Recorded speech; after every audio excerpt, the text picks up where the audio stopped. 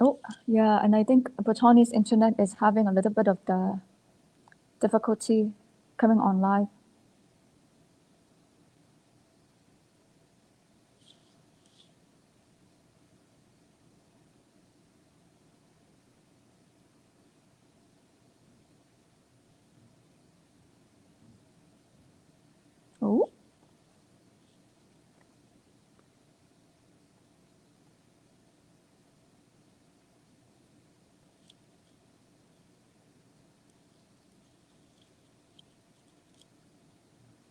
Oh, Hi, Jessica, you are live now. oh, okay, great, thank you.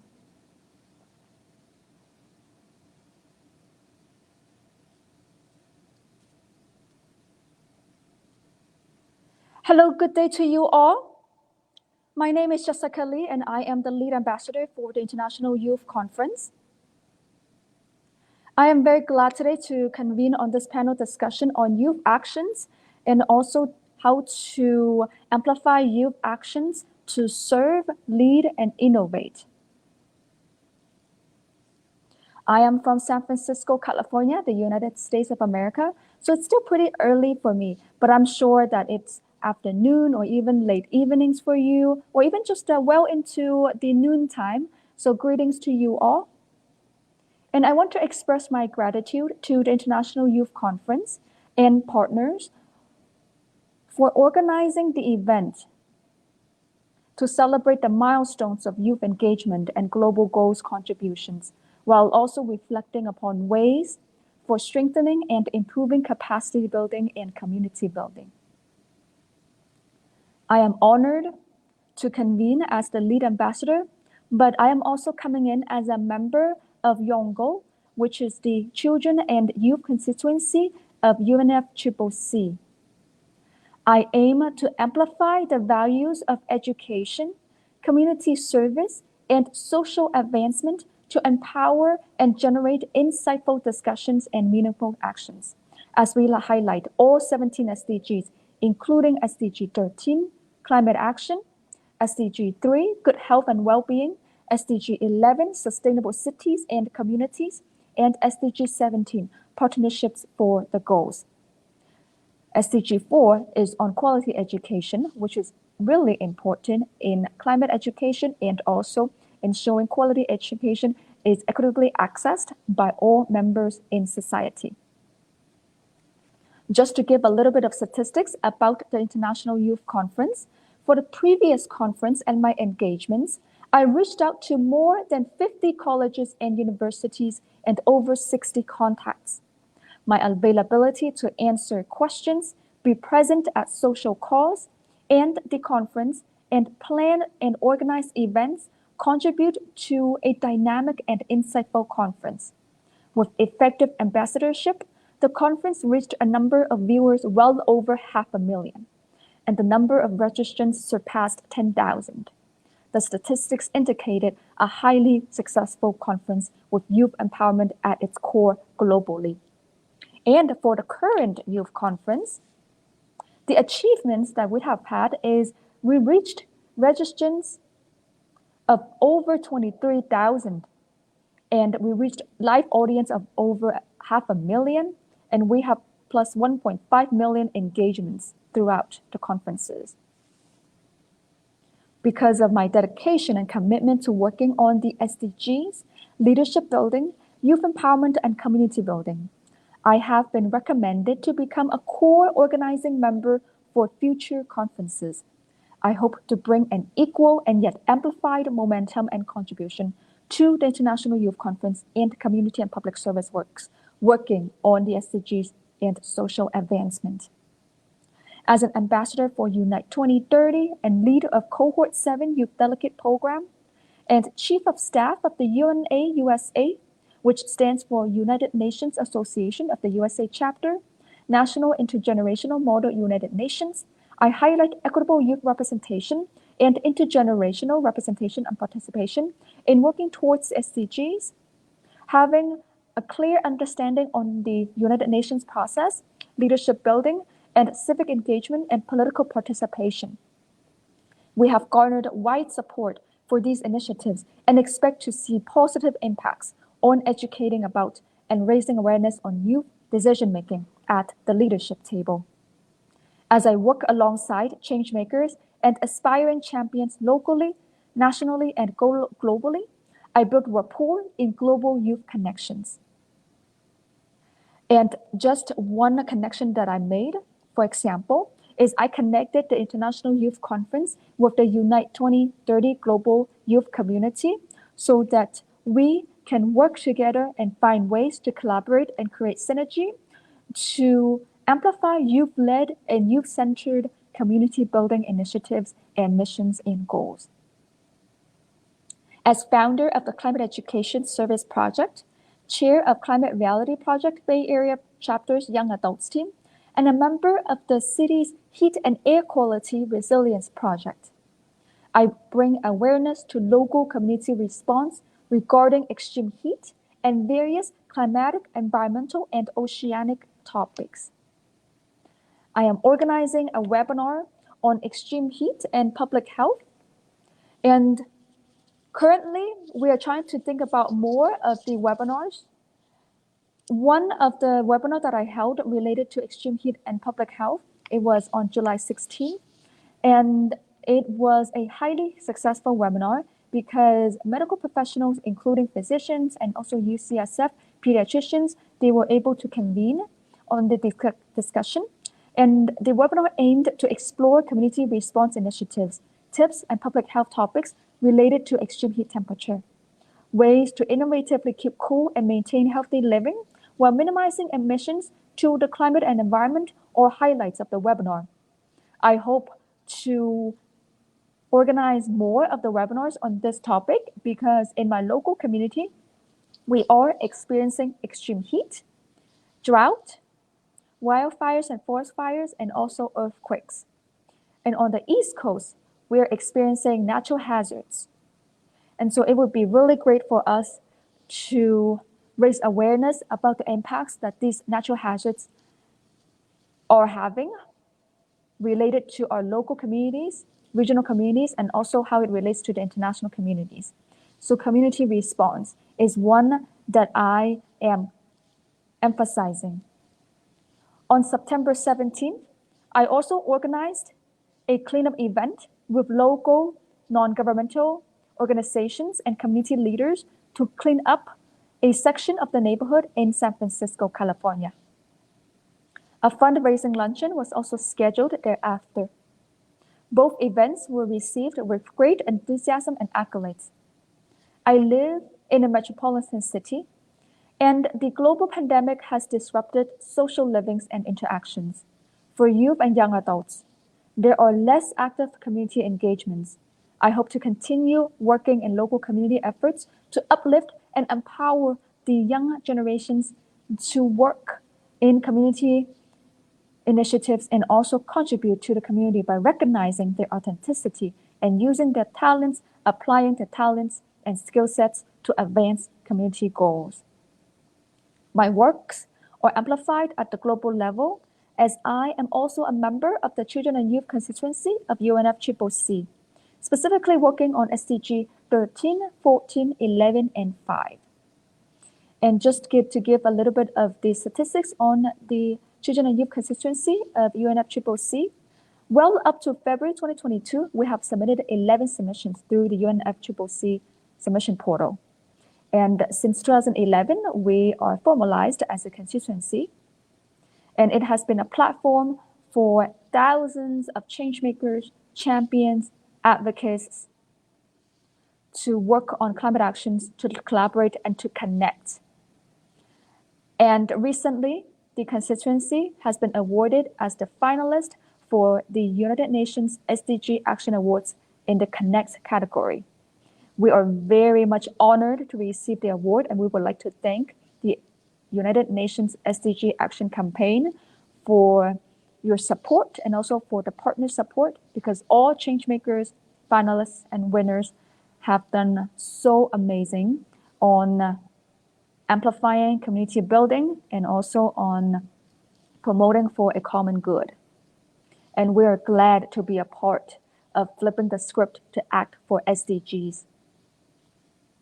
One of my other engagements is acting as the co-chair and global focal point for the World Food Forum Youth Action Track that is supported and facilitated by the FAO, Food and Agriculture Organization.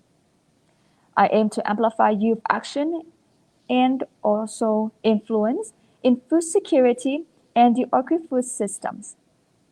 We are preparing for the flagship event held in Rome, Italy from October 17th to 21st and have gauged inputs through the youth survey, which we continue to receive responses. And just on the 28th of September 2022, we held the North America Regional Consultation with a foreword by the 11th UN Youth Observer. We're very glad that the regional consultation was concluded successfully with experts and insightful discussions throughout the conversation.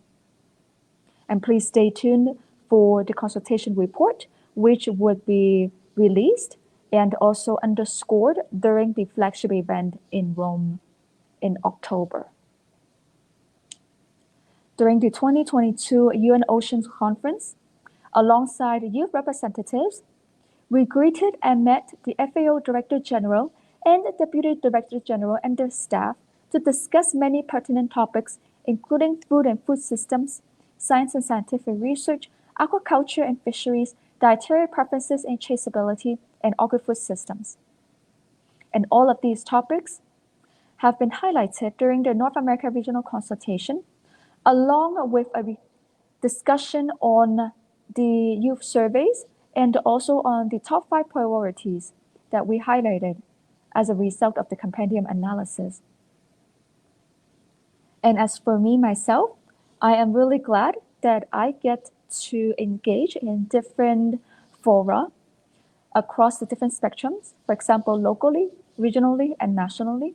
And I continue to work in endeavors working towards the SDGs, creating bonding and trust, as well as amplifying community enhancement, which are essential in maintaining cohesion, effective communication, and streamlined operations with an intergenerational approach. All of my works align with the missions and goals of the International Youth Conference, which is why I am so motivated to create strong support for the community, for the conference, and also for potential partnership throughout the years.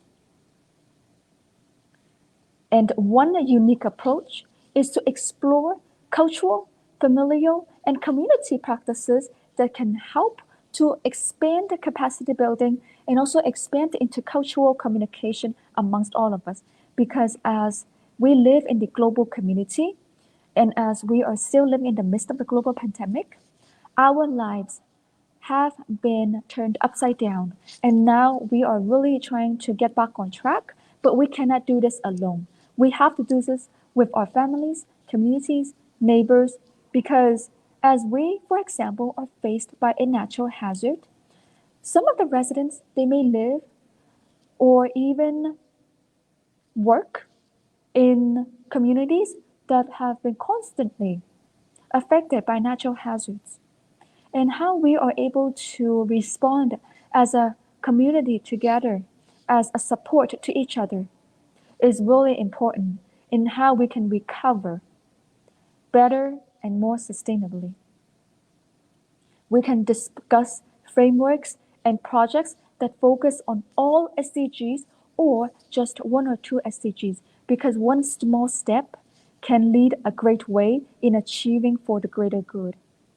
We also identify resources and tips on emergency and community response, as well as viable preparations in relations to an expected natural phenomenon impacts increase. And that I mean extreme heat increase, climate change has been impacting our communities, and also a famine, war, social disruptions, political instability. All of these we have to take into consideration when we live in the communities, and we are the support for each other. Which now brings me to the topic for today's panel discussion. And our purpose and mission is to, under the theme, to serve, lead, and innovate, we aim to amplify youth actions. And our YOUNGO's Reducing Inequality and Inclusion Rights Working Group proposed a panel discussion at the conference to highlight thematic topics related to inequality and inclusion rights. And how I come in as the speaker is going to shed light on some of the topics that we can explore how inequality and inclusion rights can affect and impact our social livings, our interactions. And here I would like to put a quote by the working groups.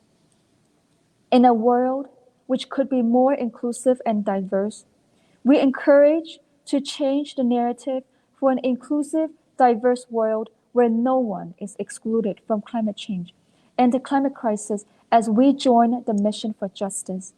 We together raise our voices for switching up and uprooting society's old systems as we deliver to take action for reducing inequality and inclusion rights.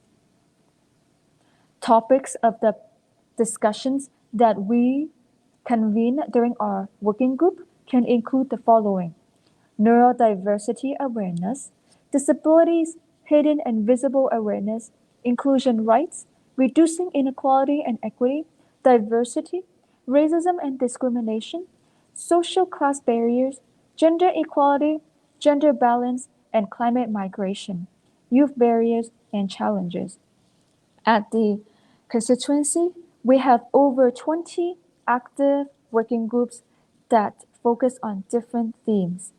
For example, we have the Nature's Echoes working group, we have the ACE working group, we have the Green Jobs working group, we have adaptation, loss and damage, and also we have arts, cultures, and heritage. We also have agriculture, many others. If you are interested in joining the conference or the constituency or any of the initiatives that I am participating in, please let me know, let our organizations and entities know, and we would gladly be able to reach out to you for more information.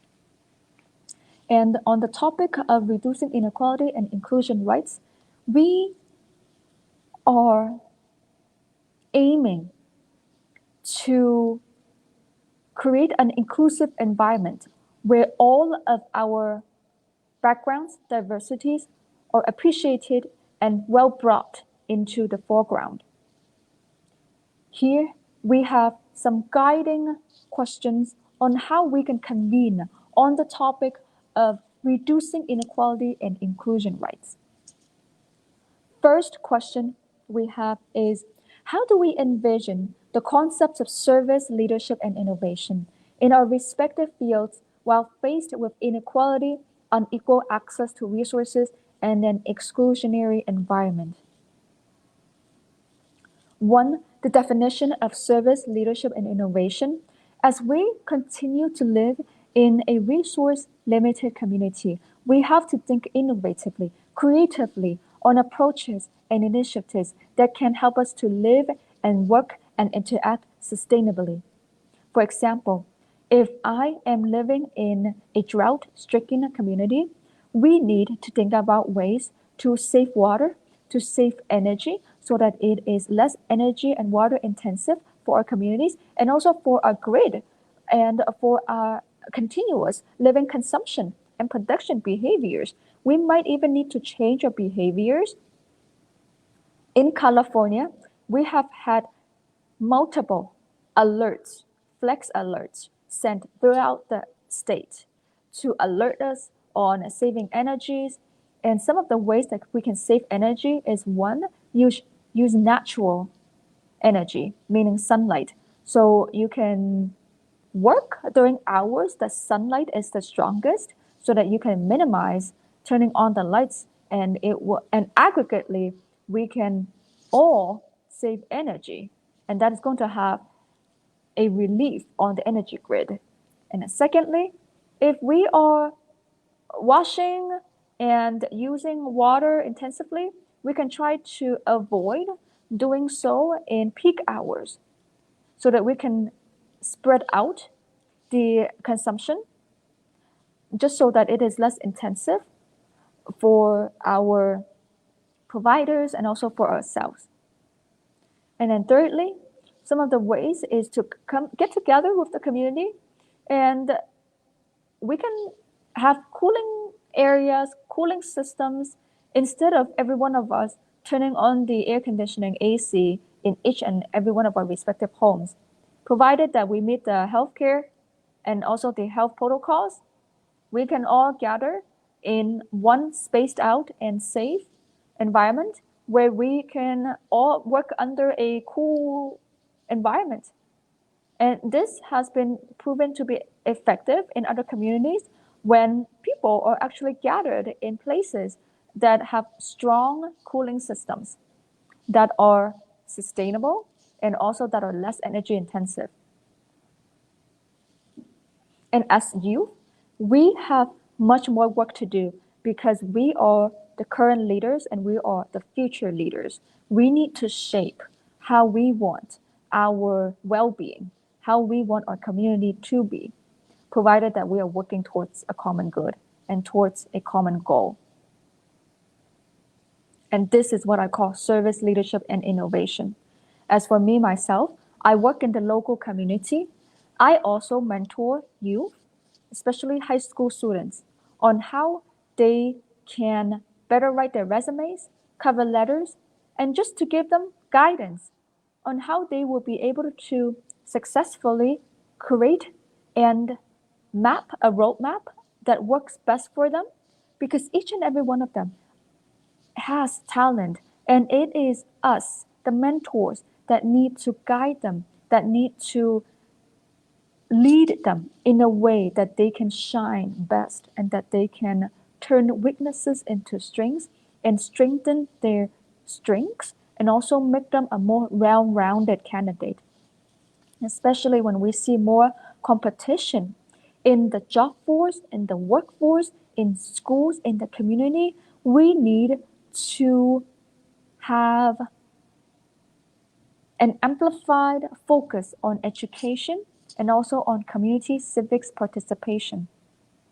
And this is why for youth and young adults, it would be great for us to work at a younger age and being able to get exposed to an inclusive environment where there is intercultural communication. And I do recognize that some of us may not come from an environment that is intercultural or even that is racially diverse.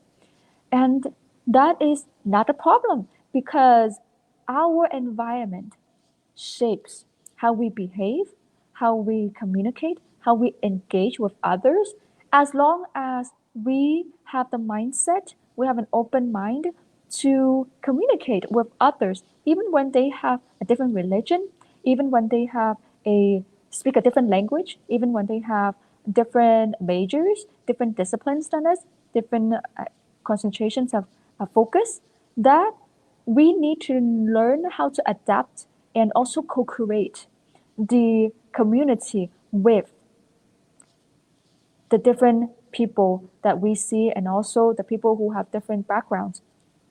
And here, to create an inclusive environment, we cannot do it without including the underserved, underrepresented, and also the communities that are vulnerable.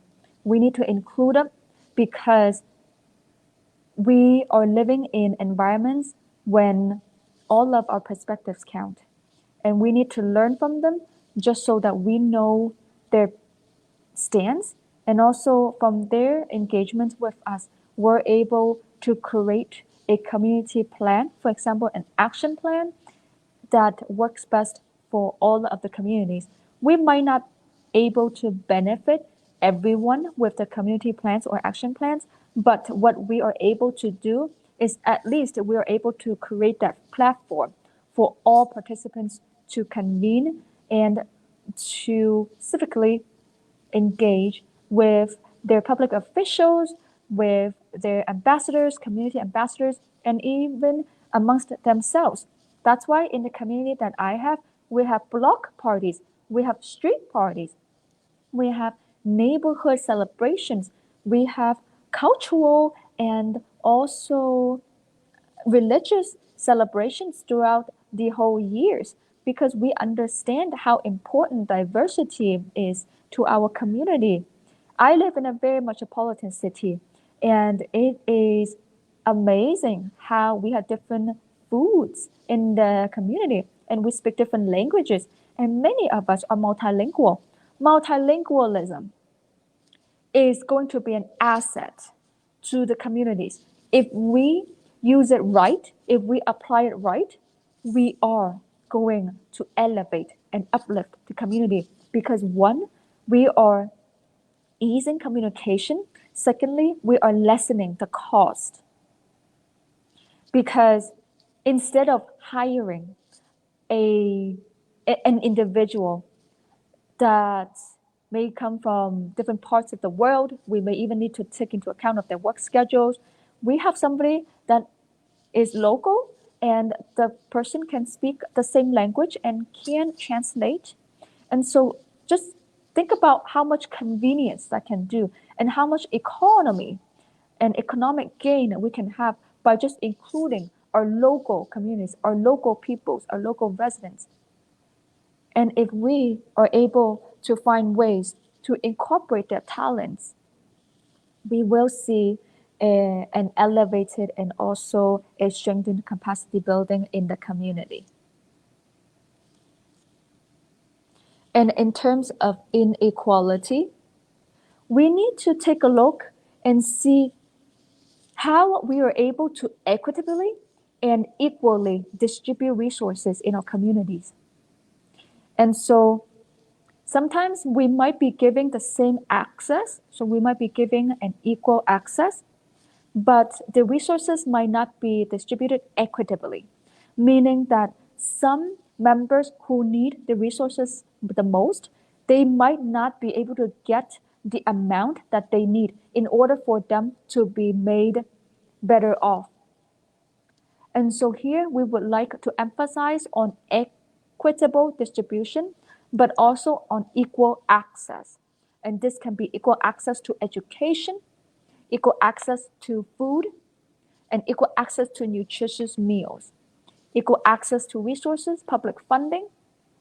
But in terms of how the funding is distributed, for example, is pretty much determined by the characteristics of the communities. So if climate action is not the top priority for the community, then of course public funding would not be made most available or most allocated to climate actions. But if it were, then climate actions would be the top priority, and you would see ample resources going to increasing climate actions, increasing sustainable ways of living. If homelessness is one of the community priorities, then you would see public funding going to addressing the homeless issues in the community. Transit systems. If improving and expanding the transit systems, accessibility of the transit systems is one of the priorities, then we would see the public funding going towards the transit systems. And here I see that one of my colleagues has joined the call.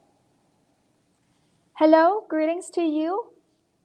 Thank you so much for joining the call. We are just convening on the topic on inclusion rights and also reducing inequality. So I would like to turn the floor to you. And the question is, how do we envision the concepts of service, leadership, and innovation in our respective fields while faced with inequality, unequal access to resources, and an exclusionary environment? I am very much interested in seeing if you have any insights or perspectives.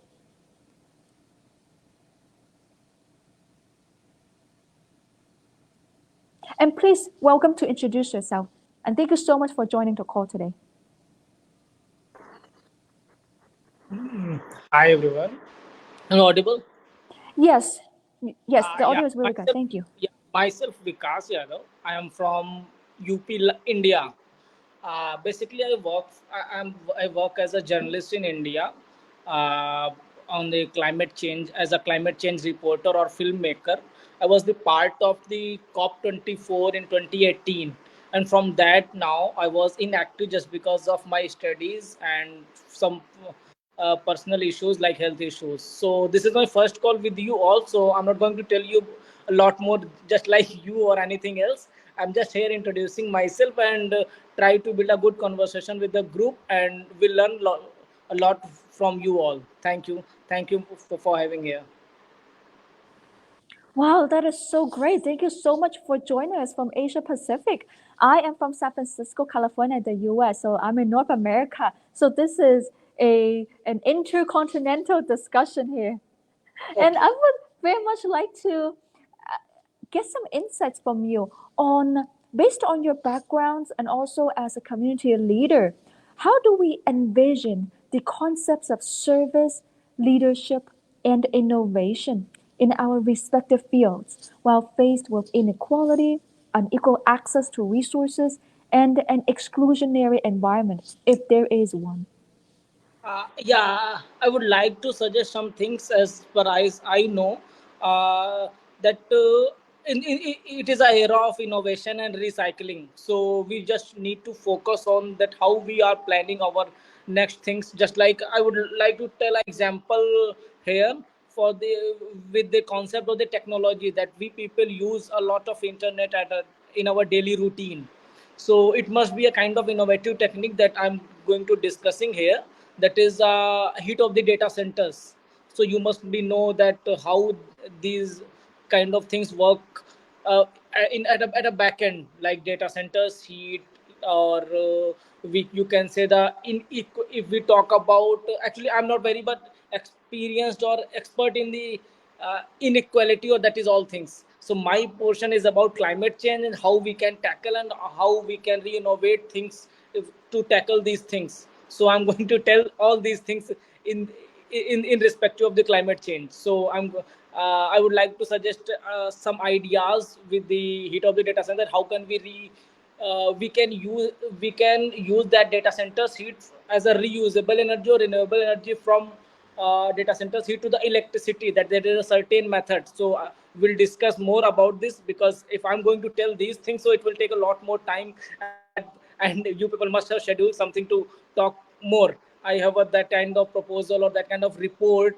about data centers heat from change of data center heat from electricity, that how the data centers heat is distracting our environment, like submarines, or it may also cause the glaciers, melting the glaciers as well. So I'm going to discuss in these topics. If you people are okay with this, then I'm going to tell you. Oh, please, yes. And we can talk about the concepts of service, leadership, and innovation in the different fields that we concentrate in, and climate change, climate actions, environmental actions, ocean actions are very much at the core of the global discussions, local, regional discussions. And as me, myself, a member of the constituency, we actually focus on climate goals, achieving the climate goals, and also raising awareness on climate education. So this is a great platform for all of us to convene on SDG 13. Okay. Thanks for giving me permission to talk all these things here. I'm very glad. So let's talk about the climate change or the innovation techniques that we can use in future or in our present day life also. So you must aware about the heat of the data center, how it is affecting our environment. I think you people must be aware about this. And you know the data centers are placed every time in underground underwater, like in oceans. That is why the submarines are affected.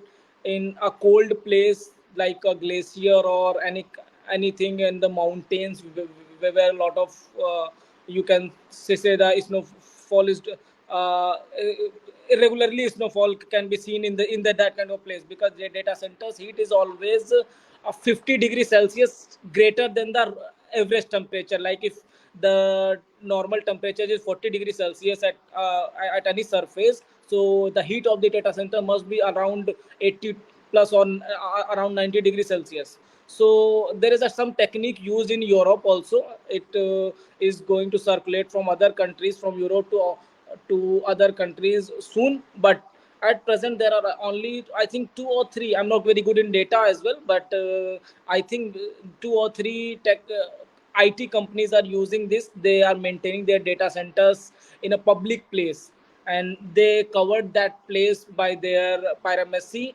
and they use some kind of techniques to transfer the data centers heat from electricity, because the data center is affecting almost 2%, contributing 2% in the global warming or in the climate change. So we can reduce these things by 1.5% also, by using these techniques from converting data centers heat into electricity. And that electricity we can use in data centers as well, by cooling the data centers, or transfer that electricity from our homes as well.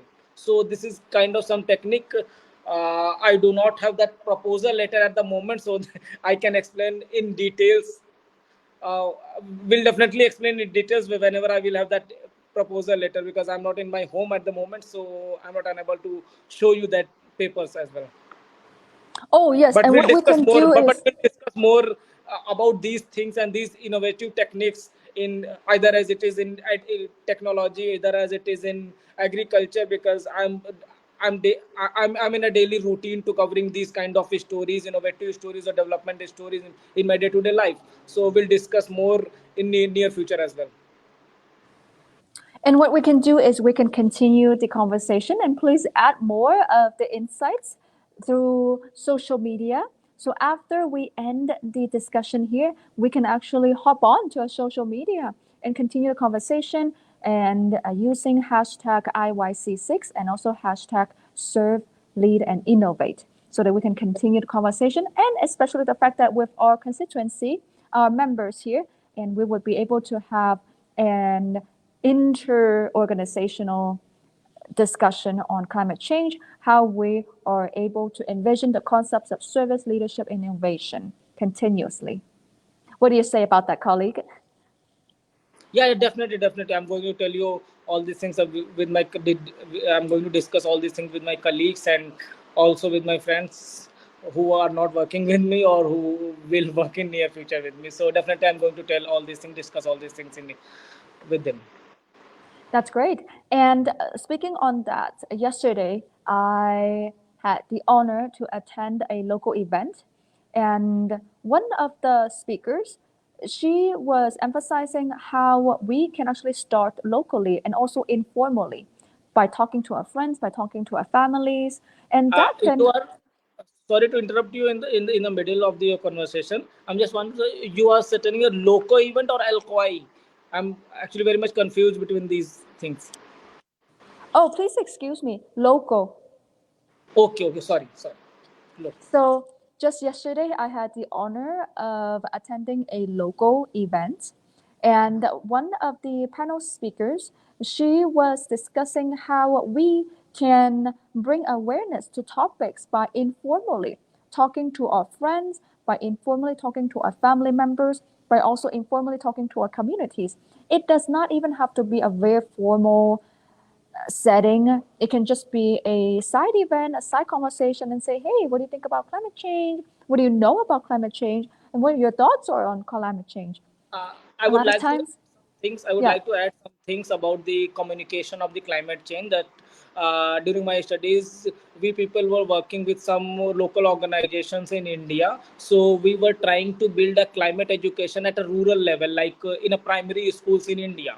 So we have taken that much things to the primary schools and adopted many villages and schools in that communication. So we were given that name like a green education, or you can say green schools. So we are adapted that schools from ground level to aware people, to educate them about the climate change. Because as I personally think, and you people must be agree with these things, that if we are going to educate these kids like under 15 age or something else, something like the under 15 or around 15 years old students. So they people can bring a lot more change in their near future. So this is also kind of technique that we can bring this kind of conversation in the middle of the in the middle of the conversation, or we can build that kind of criteria from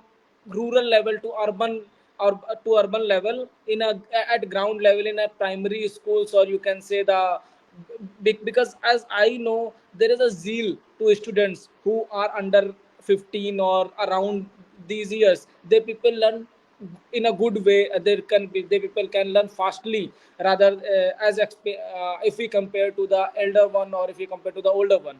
So that thing can also bring some change, because communication is something, you can say that communication is a key for anything. Like if we want to change, if you we want to if we want to bring a change in the society, so we must conversate, we must communicate to the people. And these can be any kind of conversation, like formal education or informal conversation, that depends on the person. So we must say that we can communicate via social media, informal education or informal. So that is my point, that we should start from the bottom of the society. And with that said, it is important for us to recognize some of the barriers that youth and also our communities are facing and the challenges that we're facing, because we may be subject to stereotypes, microaggressions, racism, and discrimination in some kind or form.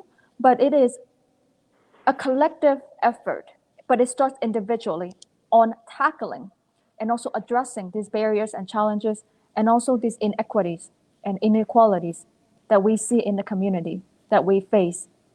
Because, and it is really important when it comes to the climate space.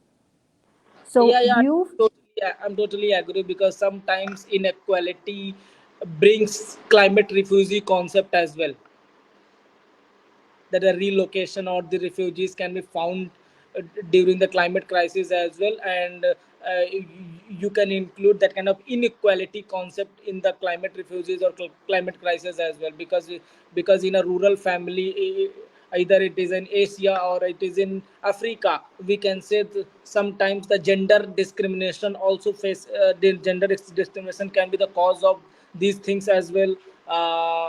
Any kind of racism brings in these things, as I know. and also as communities are facing more of the natural hazards, then some of the communities, they might not be livable anymore. And so it is a really great point that you talk about refugees and also migration and international migration. And this can have economic, political, and social implications to all countries, especially to the neighboring countries, because then there might be a shift in how they plan and also how they're able to foresee and also coordinate the migratory trends. And so the next topic we can actually think about is loss and damage. So loss and damage in the climate space has yet to gain momentum, but it has been an ongoing discussion. And uh, yeah, yeah, you please continue. yes, and so when we think about loss and damage, there are communities, for example, developing countries, that have been widely affected and are the most vulnerable when it comes to climate impacts. But yet, they don't have the finance, they don't have a consistent flow of climate finance to help them rebuild or to even help them to become sustainable countries. And a topic at the international space is how the advanced countries are able to support, either through experts convening or even through financing, the developing countries. Yeah, I'm totally agree. I think it is universal principle that any kind of communication or any kind of services are transferred from developed countries to developing countries and then to underdeveloped countries. So it is a universal principle. If there is kind of any kind of opportunity, any kind of innovation, any kind of technology, any kind of communication, it is a channel. It is a part of that medium from developed countries to developing to underdeveloped. But the point is that we many times we forget about there is a one thing behind there is a one thing working behind all these things that is called a geopolitics also. So that we have seen in recent year that climate crisis also, if any kind of geopolitic interest brings that kind of climate crisis as well. So my personally question I just want to know as because I'm not very good, I have not kind of that kind of knowledge in this field, or I'm not very much I do not have very much expertise in these things. So if that kind of things brings climate crisis, like I'm talking about the geopolitical interest, so what kind of criteria we can build, or what kind of things we can remake to solve these issues? Because geopolitical is something like depends on the particular country. But that kind of but I'm talking about the geopolitical interest. For example, there is a X country and they have their own political geopolitical interest. So they just because of their these things, any Y country can suffer kind of climate crisis, climate refugees, or anything. So if you can add something in this, because I'm not very good expert in this, so I would really appreciate, and I will be glad to know all these things. Wow, and I think you are on the right track because we are faced by different types of political aspects and also polarized. We may even live in a polarized community. And so by you going in that direction tells that we are learning and you are telling based on experience. So you have lived experiences that prompt you to ask the question. And when we come into a global space like this, it is very pertinent because when we talk about geopolitics, it can even happen regionally too. It doesn't even have to happen across countries or even across continents. So in Asia Pacific, for example, or even in North America, we can have geopolitics that can very well shape our national plans and also our goals. So for example, North America, we have Canada, the US, and Mexico. We have strong ties, economic ties, social ties, and also cultural ties, political ties.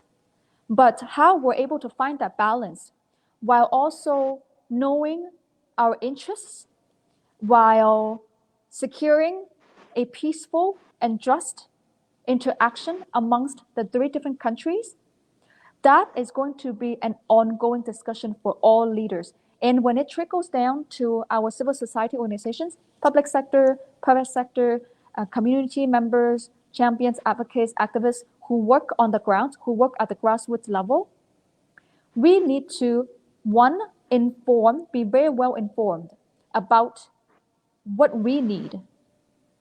And secondly, about our stance. And thirdly, about our perspective. And fourthly, what we bring to the community, what we see as a common good, and how we're able to promote for the common good and also promote for community building. And we have to align ourselves or even be very well informed about our countries and also about the global aspects and also about our regional politics and social implications. Because we are living in an interdependent community and interdependent world. So what I have for inclusion rights may very well tie into how the national agenda or the national priorities are set, or it may not. So I need to see as an individual, as a community leader, or even as a youth, I need to see how I can bring a youth-led and also an innovative approach to promoting for the sustainable development goals and also promoting for global peace and global peacemaking, global peace building, and also promoting for a sustainable future. But that lets me to think that I need to be on top of current events. I need to keep on learning. And this is why we might not know the answers to all the questions. We might not know all the statistics, but as long as we know the backgrounds, then we can engage in conversations that are meaningful, that can become statistical, and that can be impactful. And this is why grassroots initiatives and also an inclusive environment for youth and also for all peoples, including the people who are disabled. If we can create that environment and if we can create the equitable and participatory participation in that space, then we are one step closer to achieving the global goals of standing in solidarity, of expanding community building, and of leaving to a better world and also for a more sustainable future. Yeah, I'm totally agree with you, and thanks for letting me all these things because you have given us such a brief idea about the geopolitical aspects working behind their personal interest and personal goals as well. So definitely, it will going to help me, and you have bring some knowledge to me also. Thanks a lot. Wow, and you've been helping me a lot too because throughout this whole conversation, I was able to intervene based on the discussions that we've had, and we've even talked about geopolitics, polarization, inequality, inequity, inclusion rights. And here, it's a great way for us to sum up our discussion and to continue our discussion way forward. And do you have any last minutes to share, colleague?